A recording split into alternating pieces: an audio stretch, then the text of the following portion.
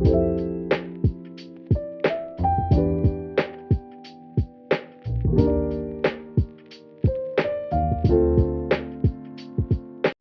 everyone to our final session of Getting Cheeky with God. It is sad, but it is also a great session that we're really excited for, so it is bittersweet.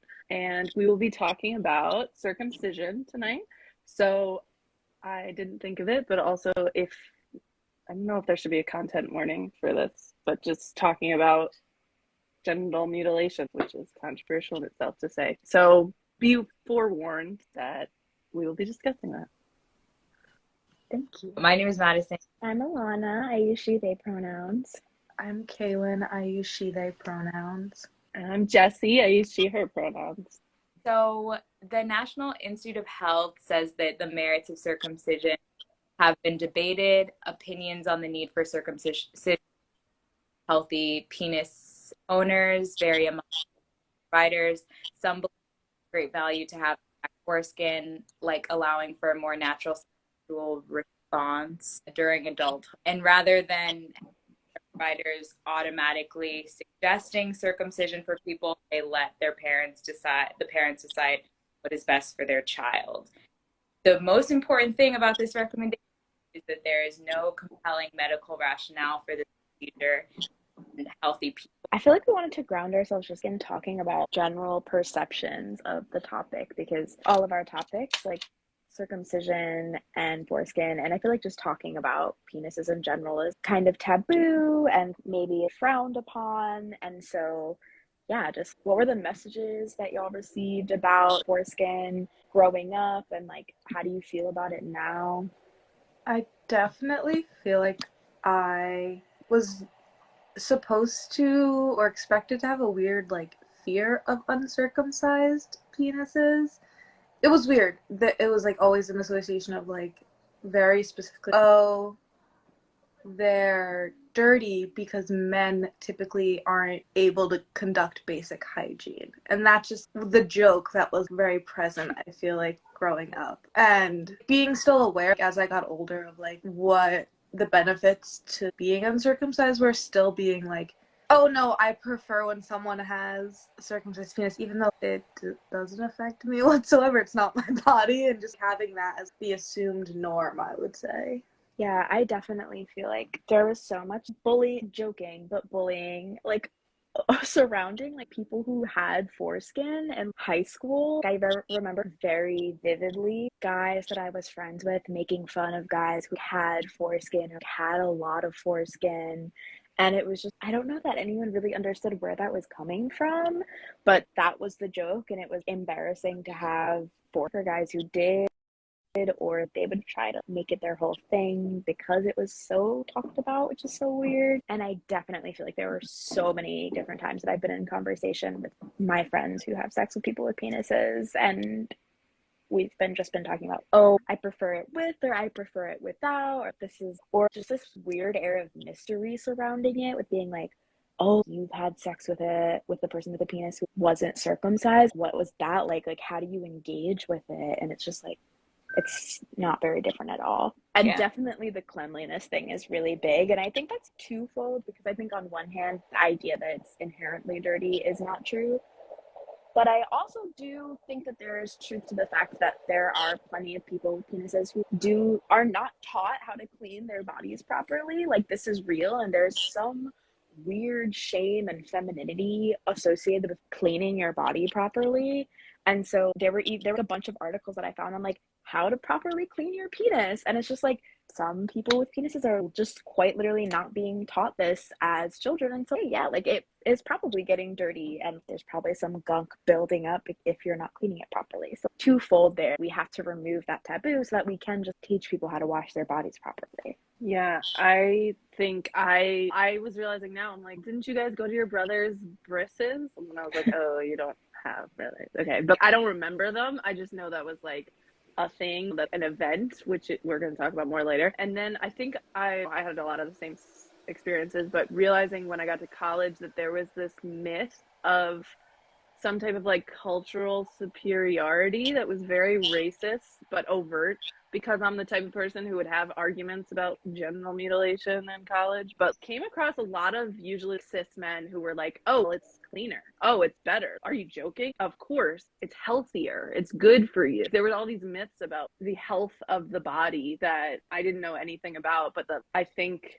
men or children who are socialized as men are raised to believe, and it is very elitist, white supremacist, almost like eugenics-y, just like the proper form. So that was what I knew before I did any research on it. I don't know how much I thought about uncircumcised before I like interacted with them. Before I had a lot of conversations with my friends about them, and then I was more so maybe receiving messaging from like watching City and like other television, like where it's taboo, but it was also like funny, weird. But the first person I ever had about an uncircumcised penis, and so that was my introduction. And I definitely knew that it was like different, and I don't think it was common in like the porn that I was watching at the time and stuff like that. But I don't know if I honestly don't know if I had any thoughts about it besides it wasn't like mysterious anymore because I was like interacting with it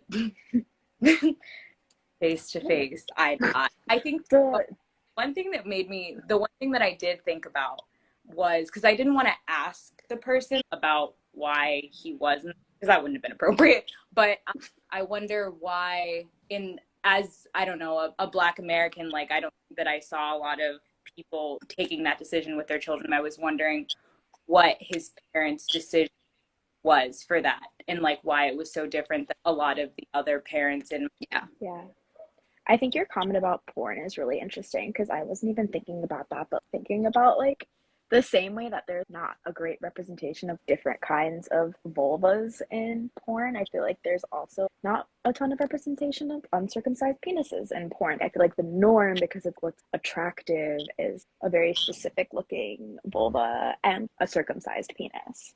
So that's really interesting because I definitely think that contributes to our ideas of people's bodies. Porn from like different countries might not look like that. Oh. That's a really good point. I never even thought about what porn was looking like in other countries. At the end of the day, this conversation is another conversation related to bodily autonomy and consent and having the ability to make choices about what happens with your body. And so when we're thinking about consent and circumcision, a lot of the time, because circumcision most commonly is happening when a child is born, the consent is left up to the parents, and the parents make that medical decision, or the legal guardian makes that medical decision. And so obviously the baby is unable to consent to something like this. And so in that way, consent is dicey there because of course all decisions and all medical decisions are left up to parents and legal guardians when you're not at an age where you can communicate consent yet. But it is a very immediate way to revoke consent from a child, to teach children from quite literally the moment that they're born that consent can be given by someone else and that they don't have a say in things that happen to their body. And as we're going to go into, there are a lot of complications that can arise from circumcision. It's not just a snip, one and done sort of situation. There can be damage to the penis, like hemorrhaging. If there's anesthesia, there can be risks related to anesthesia, like infection, difficulty peeing, all of this stuff. And so there are all of these really serious things to consider when it comes with circumcision. And I feel like we talk about it in this very light way. But Kaylin, what do you have to add for us? Yeah, so it's really interesting too to look at, I guess, when you can consent. And so that partially led us into discussions about adult circumcision, that is often something I feel not really talked about too, in terms of it does occur. And a lot of the times it is for, I think the term is therapeutic purposes, where there's a medical need for it. But there are some people, like I know someone that's had an adult circumcision for aesthetic purposes. And again, I think that plays into what we've mentioned, like everyone's mentioned before, about this idea of what we think is beautiful and how that shapes autonomy too, choosing what you want to do with your body. But that's the only time that you're able to actually consent to this procedure. And just looking at how I was looking at the countries that allow most liberally do circumcision on children, and it's the US, Canada, and Australia kept popping up for me. So just, yeah, that was just very interesting to me as well. But Very westernized idea of what is and is not appropriate, which I think is especially interesting as Madison had talked to us about international and global stuff, just thinking about how Western countries are very comfortable making judgments or dictating what happens to other people's bodies, especially in the global South. Yeah. But do no self-reflection of the same things that they're doing at home. Yes, thank you for that intro. That was a very good lead up. I was so invested in what you were saying. So very interestingly enough, and I had a conversation with my boyfriend about this yesterday, and I was, how many people in the world do you think are circumcised? And he was like, 70%. And I was like, 70%? I think that there's a perception that so many people are circumcised when the reality is the male circumcision or circumcision of people with penises prevalence globally is approximately 7.7%, which very Wow, I would not have expected that. very low.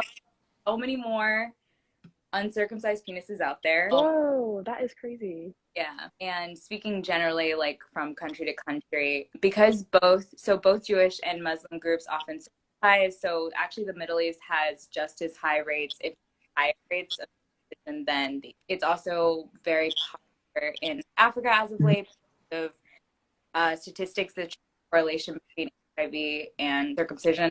I think it's really common global health practice and recommendation when dealing with HIV to have higher circumcision for baby, which is pretty crazy to me.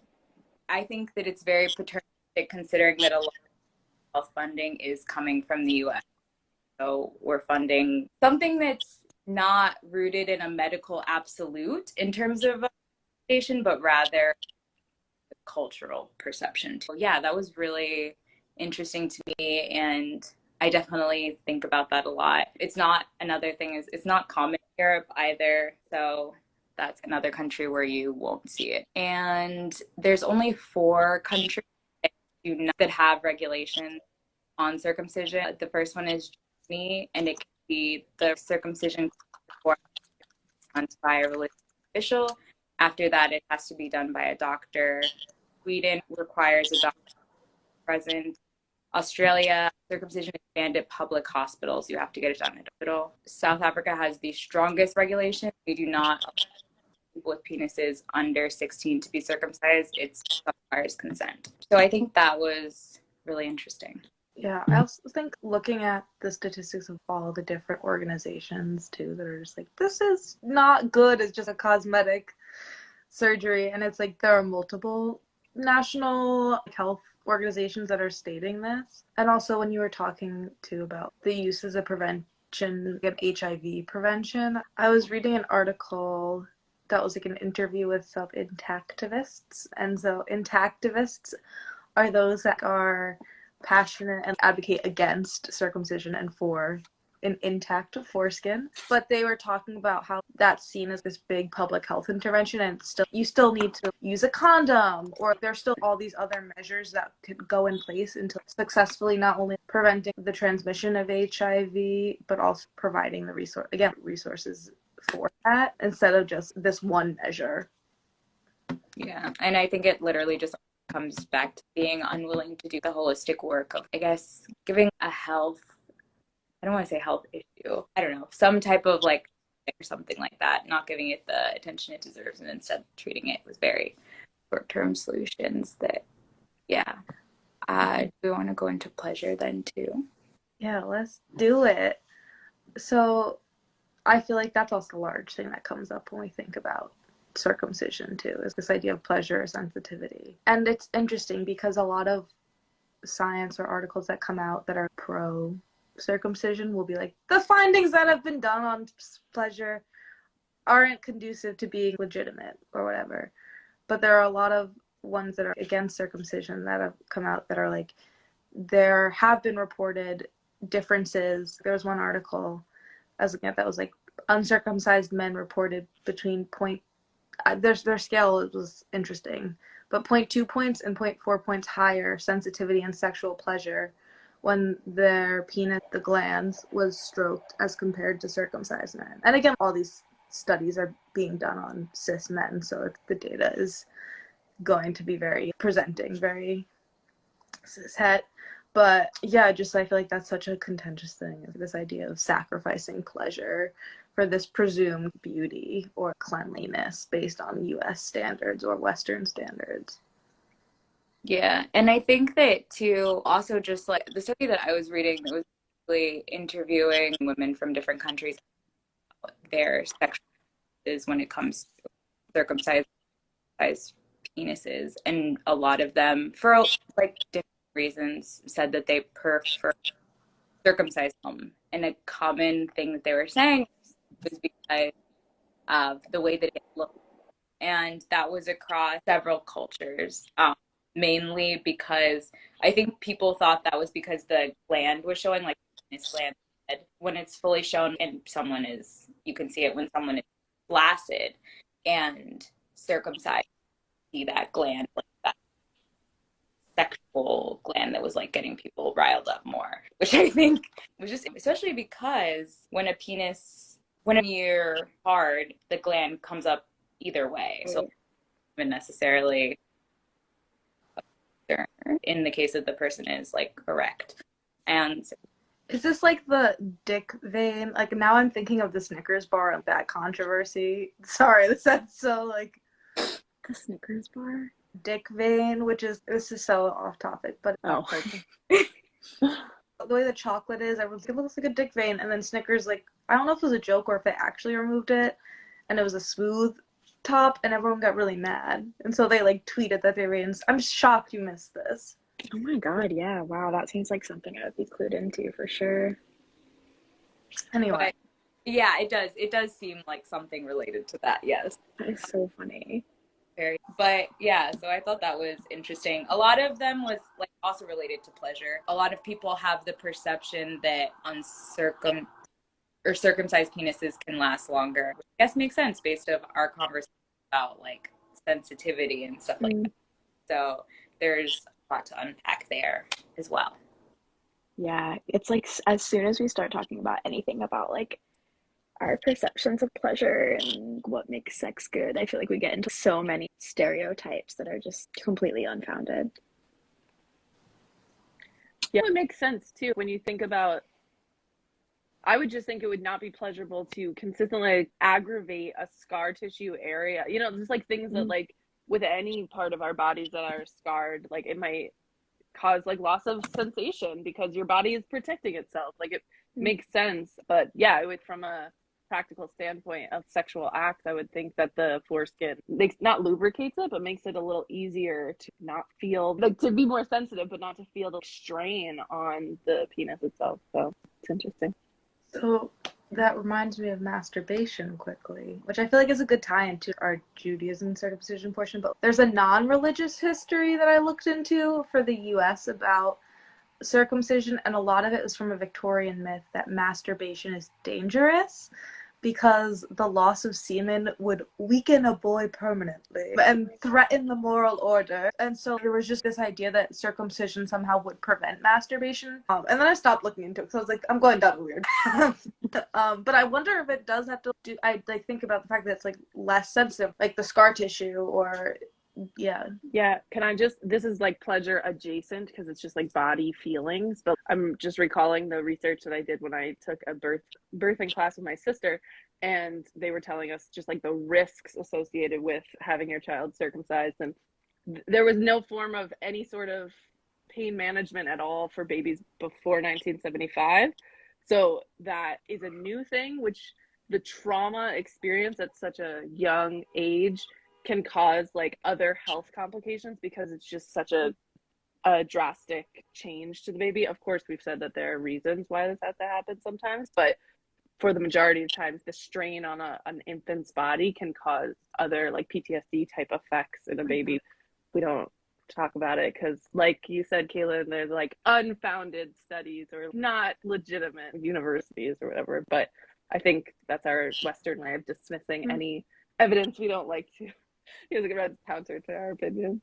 Yeah. Okay, T. So we have masturbation as like a older, non-religious reason for circumcision, but as we're here to talk about, what are some of the religious justifications for circumcision? And so, yeah, Judaism is one of the religions that like commonly and historically engages in circumcision of boy babies, like babies with penises. So take it away, Jesse. What is the history here? I'm so excited. I've become so passionate about circumcision in the Torah that like I'm so glad I have somewhere to talk about it. So obviously the number one source of where this comes from is in Genesis 17:10, where God says to Abraham, every male among you shall be circumcised, and like this will be the sign of our covenant.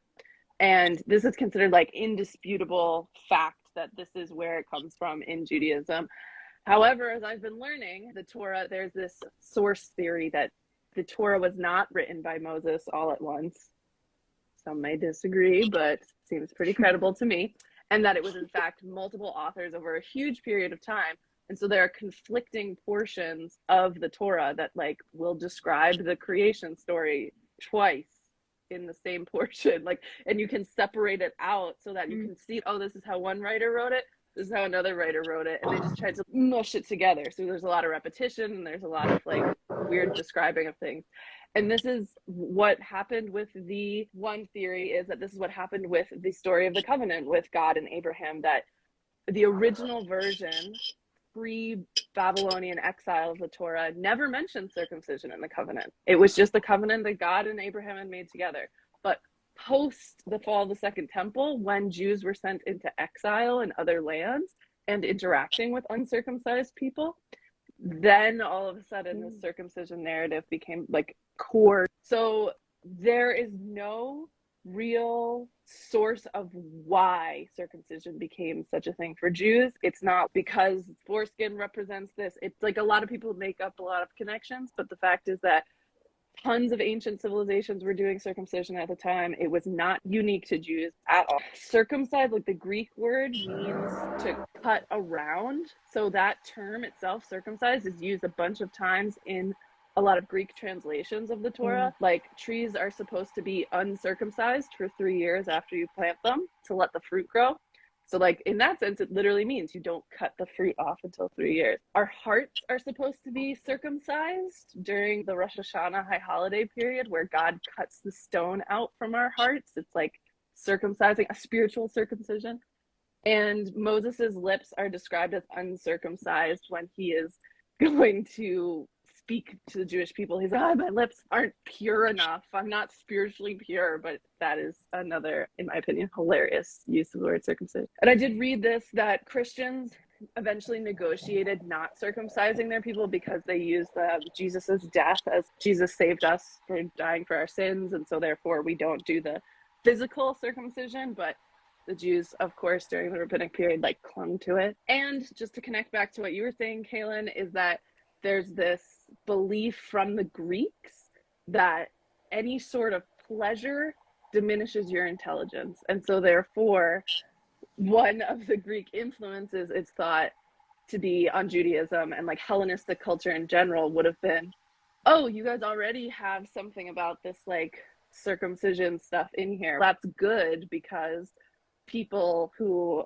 have foreskins and enjoy sex in a different way are dumber. And so therefore it's like, great, you're already purifying your people by making them smarter, which is deeply based in like eugenics, and we can trace till this day with like white supremacy and colonization. But I just found it very interesting that it does connect directly to what you said about like the masturbation belief. So that is my Torah background on circumcision. Thanks, Jesse. Yeah, so the way that this actually like shows up in Jewish rituals is in the form of a bris or a brit milah, and it's like a ceremony, like an actual ritual ceremony of this circumcision, this removal of the foreskin.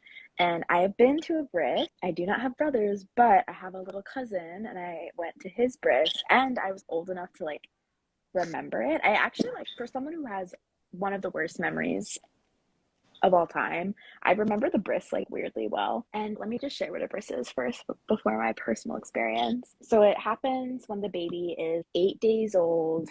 Normally the baby is placed like on a large pillow or something comfortable and is carried into a room where the family and relatives are, and there is someone very specific who holds the baby during the bris, the sendek, usually one of the baby's grandfathers, but it's just like someone the parents choose to honor the role. And a mohel, who is a person who is professionally and specially trained in circumcision, a Jewish person, blesses him, the baby, and then does the circumcision, is acknowledging that this mitzvah, like fulfilling the commandment of circumcision, is happening. And like it's cut with a shield and a knife, and there's no anesthetic used during this process. So the way that I saw it done was someone put whiskey on a rag and then like put it in the baby's mouth. Tradition.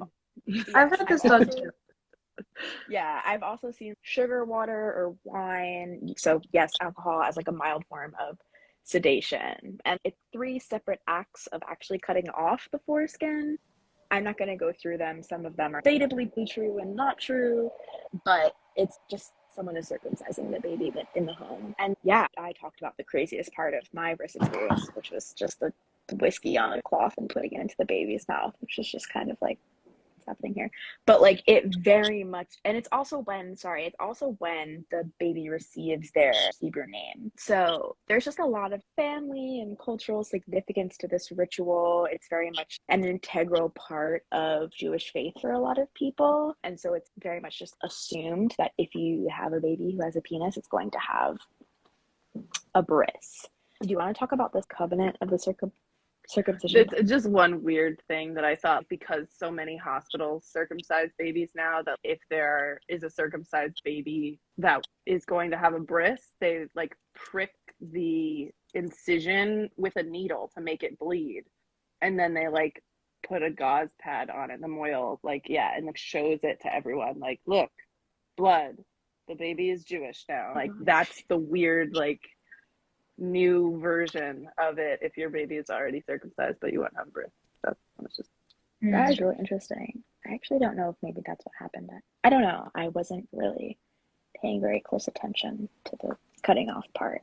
In light of this, like in all Jewish traditions, there are Jewish people who are not on board, who have been more vocal in recent decades about not being on board. And there are some Jewish parents who see it as unnecessary infliction of pain or mutilation and either forego the bris for medical circumcision or fully opt out of circumcision altogether and make use of alternative ceremonies or rituals in order to make up for this. There was someone in the article that I was reading that is in our resources document who like did something with a pomegranate, and what did she use? She used a pomegranate and a kiddush cup and a bowl of water to wash the baby's feet. And especially for Christian people, y'all should know about foot washing. I've recently learned this is a very big part of Easter, and this is an ancient act of welcoming the stranger. And so doing the foot washing instead of like the circumcision, and the pomegranate being fertility and an object. Yeah, so just shifting these rituals to still have the same impact of honoring a baby and welcoming them into Jewish life and culture, but not engaging in this weird infliction of mutilation. And also noting that more religious or like more observant Jews are very attached to this concept of a bris. And in the article, they quote an Orthodox cantor who is a ritual circumciser, who says the people who opt out of this have no connection to their Jewish heritage and they don't know how important and significant this is, and if they did, they wouldn't take the position that they're taking. So definitely like very stark differences and ends of the spectrum that people are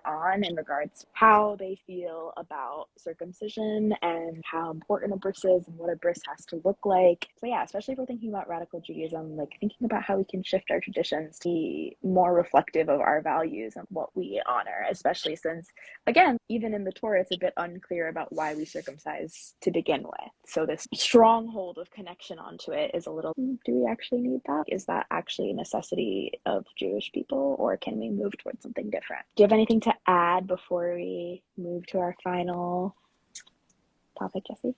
I would just say my general feelings on it, not that it matters at all to anybody, but it's just let your child decide for themselves with everything Jewish. There is no reason to force this ritual on them when there are like 1,000 weird ass rituals in the Torah that we don't force on children.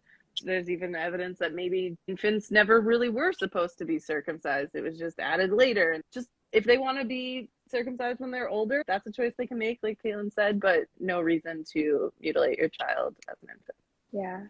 Yeah, I think that's great. That's why I think the point that Mad brought up, that I think you said it was South Africa, where the law is that you have to be above the age of 16 to consent to circumcision. And I feel, that's a point where you actually have the ability to consent for yourself and maybe are less influenced by family. We wanted to close off with talking about how circumcision or genital mutilation is also related to intersex folks being circumcised in hospitals to conform to gender norms. And I want to run us through this fairly quickly because I realized this somehow is one of our longest sessions. We got really excited about circumcision. For those of you who don't know, biological sex is also not binary because of the very real and prominent existence of intersex folks. People who are intersex basically have like different combinations of chromosomes, which can result in different inner reproductive organs and different outer reproductive organs. So this can be any combination of things, can look a lot of different ways, and really is the grounding of why even biological sex is not binary and why gender is literally made up and ridiculous. So if you've never heard about intersex folks or what it means to be intersex, I would really encourage you to read up on intersex identity because we don't have time to delve into that right now. But historically, because of this insistence on binary genders and the way that our genitals are supposed to look in relation to our binary genders at birth, doctors would often either hide from the parents that they were making certain medical decisions and doing clitoral reductions for people who were somewhere in the middle, maybe had a larger clitoris than was expected because they were intersex, and so making it smaller so it was more acceptable. So circumcision in that way.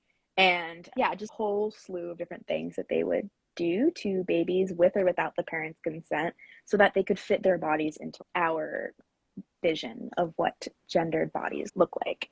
And again, these are irreversible. You can't go back and change most of these surgeries, and they carry risk with pain, nerve damage, scarring, just like we were talking about with circumcision. And a lot of intersex folks didn't even learn about the fact that these surgeries had happened to them until they were much, much later in life and actually access their medical files. So a lot of the time this wasn't even talked about. And so, yeah, even to today, this is ongoing and happens, and surgeries are done on intersex children that are not medically necessary. There are definitely surgeries that are deemed medically necessary, the same way you're talking about with circumcision. There are some circumstances where this is a necessity, but these are medic surgeries being performed on children before they even reach a year of age that either at this point usually parents are signing off on because we want to fit people's bodies into a binary and what we view that binary to be. Yeah, I also think too, it speaks a lot to how I guess this overall lack of education. A lot of the times parents are convinced by doctors, like you were saying, a lot of this is medically necessary. And I was reading some accounts of mothers that were talking about what happened, and there was one that was like, it wasn't just I was asked once about if I wanted to circumcise my child. It was repeatedly 4 times in one day. They were like, so are we doing it? So I think this is, a doctor has so much power, especially when they just helped you give birth or they're responsible for your care and just in general, to have that authority and to use it in a way that's spreading misinformation to uphold this spectrum where obviously there is a spectrum if you're holding it up and saying, oh, it falls somewhere in the middle. Like obviously genitalia falls then on a spectrum of what it looks like. And so just thinking about all this trust that we place in science, the power differences, and advocating for yourself too is also very dependent on the identities you have, obviously. And Yeah, also in the same article, which is going to be linked in our resource doc, they're talking about how doctors or surgeons conduct an analysis on whether or not it's appropriate to do surgery on intersex children. But included in this analysis is sociocultural factors, including the parents' desire for children to grow up normal, quote unquote, suggesting that normal means with reproductive organs that look like binary reproductive organs or that fit into that, even though this is a false dichotomy. Our anatomy doesn't set us up for a normal life, and those surgeries especially are not like going to ensure that a child has a normal life, whatever that even means. And a lot of times this is sex assignment surgery for children, and this is often as involuntary sterilization or genital, they call it genital normalizing surgery. And this is a report from the United Nations done in 2013 talking about torture. And so it's talking about intersex children basically like being tortured through all of these methods because doctors or parents are forcing surgery on them. And a lot of intersex children who have had these surgeries done at a really young age end up with a whole bunch of trauma later in life from this. So yeah, just in our conversation on circumcision, even though this is not like directly about circumcision, we wanted to bring that into the conversation and acknowledge how genital mutilation very adversely affects intersex folks. And on that very sad note, that brings our Getting Cheeky with God series to an end. Thanks to everyone who watched all of our sessions. Hopefully we'll be back for another collab series at some point in the future. Do we want to do a round of what our favorite part of the collab series has been to close us out? I should have maybe posed that earlier so we could have all thought about it. Here we are now. I think mine was this one. I think not circumcising children is something that only become like about like maybe the last year, a year, something like that, 2 years. And for me, it's just like how important education, like I didn't even think about it as being bad, just so many things that we interact with when we don't have the wealth of knowledge we need. Like I'm just going off of what everyone around me is doing and what everyone else says is okay and what should be done rather than like putting a new perspective. So I was really excited to do this unit. Yay. I was shocked how much I liked this unit too. I think this might have been my favorite. I think, Jesse, you said it earlier when we were meeting, like it does encapsulate everything that we've talked about, like in terms of like bodily autonomy. And I think it's something that feels very interesting to think about. Like I don't think I consciously think about how often I think about penis related activism or like advocacy efforts. And yeah, just feel like I learned so much. I don't even know where I fall on this. I feel like I was like, I'm going to pick this one. No, I'm going to pick this one. No, I'm going to pick this other one. Because like I've learned so much starting from pleasure, like even thinking about the first activity we did with listing 5 things that you like to do and the last time you did them. It's like transformative for me just because I don't prioritize it. And thinking along the way too, our conversations about menstruation, like the fact that it resonates with people because wild that we aren't having conversations about that. I don't know. I guess if I had to pick one, I'd probably pick the first one because it set off all of this, which is not the best answer. I know. It's like that is the best answer. A false answer. But yeah, it's true. I think the pleasure one is my favorite. My favorite part in general has just been able to like collaborate together and get to talk to all of you like consistently about things that we're all passionate and all of us be able to come together and create something really awesome using all of our strengths. It was also really cool just for me because I really love doing this like radical Jewish education, and I have like